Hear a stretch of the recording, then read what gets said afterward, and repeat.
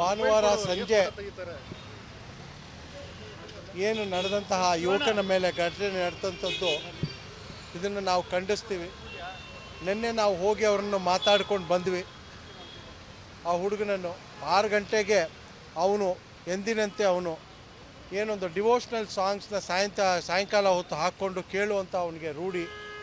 ಹನುಮಾನ್ ಚಾಲೀಸ್ ಹಾಕ್ಕೊಂಡು ಕೂತಿದ್ರೆ ಅಂಗಡಿಯಲ್ಲಿ ಬಂದು ಹನುಮಾನ್ ಚಾಲೀಸ್ನ ಆಫ್ ಮಾಡಿ ಅಂತ ಹೇಳಿದಾಗ ನಾನು ಆಫ್ ಮಾಡಲ್ಲಪ್ಪ, ದೇವ್ರ ಸಹ ಹಾಡು ಕೇಳ್ತಾ ಇದ್ದೀನಿ ಅಂತ ಹೇಳಿದಾಗ ಅವನ ಎಳೆದು ಹೊರಗಡೆ 6-7 ಜನ ಹೊಡಿತಾರೆ ಅವನ್ನ.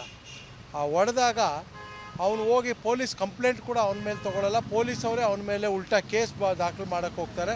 ರಾತ್ರಿ 2 ಗಂಟೆ ತನಕ ಮಾನಿಟ್ರ್ ಮಾಡಿ ಅವ್ರು 6-7 ಜನದ ಮೇಲೆ ಕೇಸ್ ಕೂಡ ಹಾಕ್ಸಿದೆ.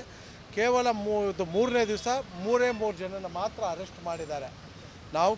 ಇವತ್ತು ನಾವೆಲ್ಲರೂ ಕೂಡ ಹೋಗಿ ನಾವು 3 ಸಂಸದರು ಹೋಗಿ ಬೆಂಗಳೂರಿನ ಸಂಸದರು ಹೋಗಿ ಅವ್ರಿಗೆ ಒಂದು ಧೈರ್ಯ ತುಂಬುವಂಥ ಕೆಲಸ ಮಾಡಬೇಕು ಅಂತ ಹೋಗಿದೆ. ಯಾಕೆಂತ ಹೇಳಿದ್ರೆ ಅಲ್ಲಿರೋ ಸ್ಥಳೀಯರೆಲ್ಲರೂ ಭಯ ಬಿದ್ದಿದ್ದಾರೆ ಇವತ್ತು. ಯಾಕಪ್ಪ ಹಿಂಗೆ ಬಂದು ಹಿಂಗೆ ಜನ ಹೊಡೆದು ಹಗಲೊತ್ತೆ ಬಂದು ನಮ್ಮನ್ನು ಹೊಡಿತಾ ಇದ್ದಾರಲ್ಲ ಏನಪ್ಪ ಅಂತ ನಾವೆಲ್ಲರೂ ಕೂಡ ಧೈರ್ಯ ತುಂಬಕ್ಕೆ ನಾವು ಹೋಗೋವ್ರ ಹತ್ರ ಮಾತಾಡೋಕ್ಕೆ ಕೂಡ ಪೊಲೀಸ್ ಬಿಡಲ್ಲ ಅಂತ ಹೇಳಿದ್ರೆ ಈ ಒಂದು ಕಾಂಗ್ರೆಸ್ ಸರ್ಕಾರ ರಾಜ್ಯದಲ್ಲಿ ಅಧಿಕಾರಕ್ಕೆ ಬಂದ ಮೇಲೆ ಈ ದೇಶದ್ರೋಹಿಗಳು ಮತ್ತು ಯಾರಿದಾರು ಇಂಥವ್ರಿಗೆ ಎಲ್ಲರಿಗೂ ಕೂಡ ಒಂದು ಶಕ್ತಿ ಬಂದಂತಾಗಿದೆ.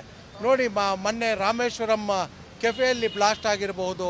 ರಾಜ್ಯಸಭಾ ಸದಸ್ಯರು ಒಂದು ಚುನಾವಣೆಯಲ್ಲಿ ಗೆದ್ದ ಮೇಲೆ ಪಾಕಿಸ್ತಾನದ ಪರ ಘೋಷಣೆ, ಅದು ರೋಡಲ್ಲೋ ಫುಟ್ಪಾತಲ್ಲೋ ಅಲ್ಲ, ವಿಧಾನಸೌಧದಲ್ಲೇ ಇವರು ಕೂಗ್ತಾರೆ ಅಂತ ಹೇಳಿದ್ರೆ ಇವರು ಇನ್ನೆಷ್ಟು ಕಾಂಗ್ರೆಸ್ಸು ಅಧಿಕಾರಕ್ಕೆ ಬಂದ ಮೇಲೆ ಇನ್ನೆಷ್ಟು ಧೈರ್ಯ ಬಂದಿದೆ ಅಂತೇಳಿ ಕಾಂಗ್ರೆಸ್ಸಿನವರು ಇಂಥ ದುಷ್ಟಶಕ್ತಿಗಳಿಗೆ ಶಕ್ತಿ ತುಂಬ್ತಾ ಇದ್ದಾರೆ.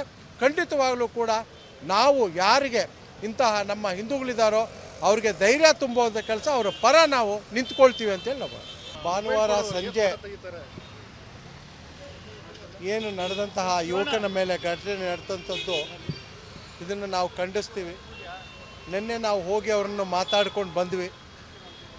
ಆ ಹುಡುಗನನ್ನು 6 ಗಂಟೆಗೆ ಅವನು ಎಂದಿನಂತೆ ಅವನು ಏನೊಂದು ಡಿವೋಷ್ನಲ್ ಸಾಂಗ್ಸ್ನ ಸಾಯಂಕಾಲ ಹೊತ್ತು ಹಾಕ್ಕೊಂಡು ಕೇಳುವಂಥ ಅವನಿಗೆ ರೂಢಿ. ಹನುಮಾನ್ ಚಾಲೀಸ್ ಹಾಕ್ಕೊಂಡು ಕೂತಿದ್ರೆ ಅಂಗಡಿಯಲ್ಲಿ ಬಂದು ಹನುಮಾನ್ ಚಾಲೀಸ್ನ ಆಫ್ ಮಾಡಿ ಅಂತ ಹೇಳಿದಾಗ ನಾನು ಆಫ್ ಮಾಡಲ್ಲಪ್ಪ, ದೇವ್ರ ಸಹ ಹಾಡು ಕೇಳ್ತಾ ಇದ್ದೀನಿ ಅಂತ ಹೇಳಿದಾಗ ಅವನ ಎಳೆದು ಹೊರಗಡೆ 6-7 ಜನ ಹೊಡಿತಾರೆ ಅವನ್ನ. ಆ ಹೊಡೆದಾಗ ಅವನು ಹೋಗಿ ಪೊಲೀಸ್ ಕಂಪ್ಲೇಂಟ್ ಕೂಡ ಅವನ ಮೇಲೆ ತೊಗೊಳ್ಳಲ್ಲ. ಪೊಲೀಸವರೇ ಅವನ ಮೇಲೆ ಉಲ್ಟಾ ಕೇಸ್ ದಾಖಲು ಮಾಡೋಕ್ಕೆ ಹೋಗ್ತಾರೆ. ರಾತ್ರಿ 2 ಗಂಟೆ ತನಕ ಮಾನಿಟ್ರ್ ಮಾಡಿ ಅವ್ರು 6-7 ಜನದ ಮೇಲೆ ಕೇಸ್ ಕೂಡ ಹಾಕ್ಸಿದೆ. ಕೇವಲ 3ನೇ ದಿವಸ 3 ಜನನ ಮಾತ್ರ ಅರೆಸ್ಟ್ ಮಾಡಿದ್ದಾರೆ. ಇವತ್ತು ನಾವೆಲ್ಲರೂ ಕೂಡ ಹೋಗಿ ನಾವು 3 ಸಂಸದರು ಹೋಗಿ ಬೆಂಗಳೂರಿನ ಸಂಸದರು ಹೋಗಿ ಅವ್ರಿಗೆ ಒಂದು ಧೈರ್ಯ ತುಂಬುವಂಥ ಕೆಲಸ ಮಾಡಬೇಕು ಅಂತ ಹೋಗಿದೆ. ಯಾಕೆಂತ ಹೇಳಿದ್ರೆ ಅಲ್ಲಿರೋ ಸ್ಥಳೀಯರೆಲ್ಲರೂ ಭಯ ಬಿದ್ದಿದ್ದಾರೆ ಇವತ್ತು. ಯಾಕಪ್ಪ ಹಿಂಗೆ ಬಂದು ಹಿಂಗೆ ಜನ ಹೊಡೆದು ಹಗಲೊತ್ತೆ ಬಂದು ನಮ್ಮನ್ನು ಹೊಡಿತಾ ಇದ್ದಾರಲ್ಲ ಏನಪ್ಪ ಅಂತ ನಾವೆಲ್ಲರೂ ಕೂಡ ಧೈರ್ಯ ತುಂಬಕ್ಕೆ ನಾವು ಹೋಗೋವ್ರ ಹತ್ರ ಮಾತಾಡೋಕ್ಕೆ ಕೂಡ ಪೊಲೀಸ್ ಬಿಡಲ್ಲ ಅಂತ ಹೇಳಿದ್ರೆ ಈ ಒಂದು ಕಾಂಗ್ರೆಸ್ ಸರ್ಕಾರ ರಾಜ್ಯದಲ್ಲಿ ಅಧಿಕಾರಕ್ಕೆ ಬಂದ ಮೇಲೆ ಈ ದೇಶದ್ರೋಹಿಗಳು ಮತ್ತು ಯಾರಿದಾರು ಇಂಥವ್ರಿಗೆ ಎಲ್ಲರಿಗೂ ಕೂಡ ಒಂದು ಶಕ್ತಿ ಬಂದಂತಾಗಿದೆ. ನೋಡಿ, ಮೊನ್ನೆ ರಾಮೇಶ್ವರಂ ಕೆಫೆಯಲ್ಲಿ ಬ್ಲಾಸ್ಟ್ ಆಗಿರಬಹುದು.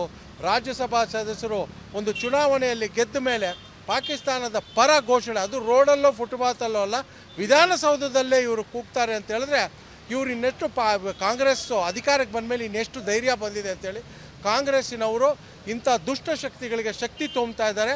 ಖಂಡಿತವಾಗಲೂ ಕೂಡ ನಾವು ಯಾರಿಗೆ ಇಂತಹ ನಮ್ಮ ಹಿಂದೂಗಳಿದ್ದಾರೋ ಅವ್ರಿಗೆ ಧೈರ್ಯ ತುಂಬುವಂಥ ಕೆಲಸ ಅವರ ಪರ ನಾವು ನಿಂತ್ಕೊಳ್ತೀವಿ ಅಂತೇಳಿ ನಾವು ಅನುಕ್ಷಣದ ಸುದ್ದಿಗಳಿಗಾಗಿ ವಿಸ್ತಾರ ನ್ಯೂಸ್ ಯೂಟ್ಯೂಬ್ ಚಾನೆಲ್ ಸಬ್ಸ್ಕ್ರೈಬ್ ಮಾಡಿ. ಹೊಸ ಸುದ್ದಿಗಳ ನೋಟಿಫಿಕೇಶನ್ಗಾಗಿ ಬೆಲ್ ಐಕಾನ್ ಕ್ಲಿಕ್ ಮಾಡಿ. ಲೇಟೆಸ್ಟ್ ಅಪ್ಡೇಟ್ಸ್ಗಾಗಿ www.vistaranews.com ವೆಬ್ಸೈಟ್ಗೆ ವಿಸಿಟ್ ಮಾಡಿ. ಅಂಗೈಯಲ್ಲೇ ಜಗತ್ತಿನ ಸುದ್ದಿ ತಿಳಿಯಲು ವಿಸ್ತಾರ ನ್ಯೂಸ್ ಕನ್ನಡ ಆಪ್ ಡೌನ್ಲೋಡ್ ಮಾಡಿ.